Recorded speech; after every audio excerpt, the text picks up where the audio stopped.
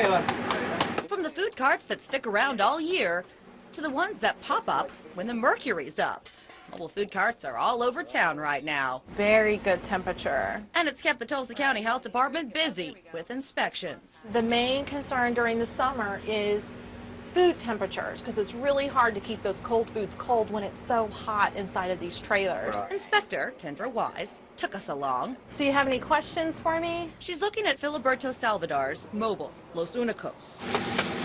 Filiberto came here from Mexico more than 30 years ago. I like it better here. The life is better.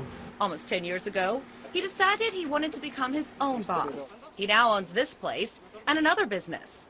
And he's used to seeing Kendra. She visits 4 times a year since Los Unicos stays open year-round. As for the vendors that are only open during the summer, they're inspected twice a year. Kendra says there are 3 things that they really look out for when she walks into a mobile: temperature, overall cleanliness, and Mobiles are unique from restaurants. They're not permanently connected to plumbing, and so we get to talk to them about wastewater disposal and things of that nature. So with that, we poured over health inspection reports for the past 2.5 years for every mobile food cart licensed in Tulsa County. We found a total of 838 violations out of 277 mobiles. The most common violation among all vendors was for not applying food safety skills or not having proper documentation to show a food safety course. There were 131 violations just in that category. But 2 vendors had more than a dozen violations during an inspection in 2010. That was the highest number of violations on just 1 visit. The owner of Super Tacos at Highway 169 and 11th says the violations were spotted shortly after they opened, and they were still adjusting. Now, It's normal, no, nothing very, very hard. in fact, their inspection done just last month came up spotless. The other with the most violations during the time we investigated was Rico's Antojillos Mexicanos. It was at 21st and Garnett. Those violations were also in 2010.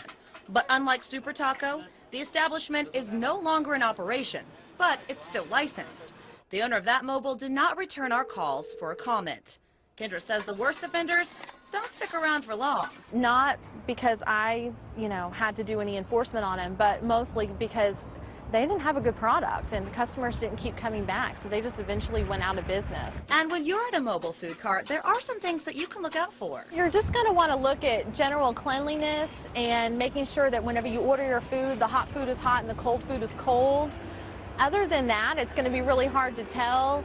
The good thing about mobiles is that whenever you're up at the window, you can see inside, and so you have a better view of their food prep areas than you would at most restaurants. Also, mobiles are required to post their state and local license, but they don't have to make it visible to the customers.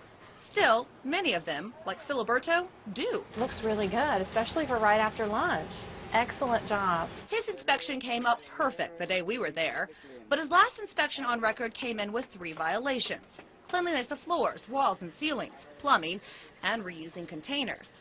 Kendra says, though, all in all, he performs well on inspections, and he says he welcomes the health department's visit because he's confident he's doing things the right way. I trust myself. I say, I do. I make it. And I make it. You can look at the inspection report for any mobile food cart in Tulsa County. We have a link on our website. Just go to kjrh.com and look for this story under segment 2. Marla Carter, 2 News works for you.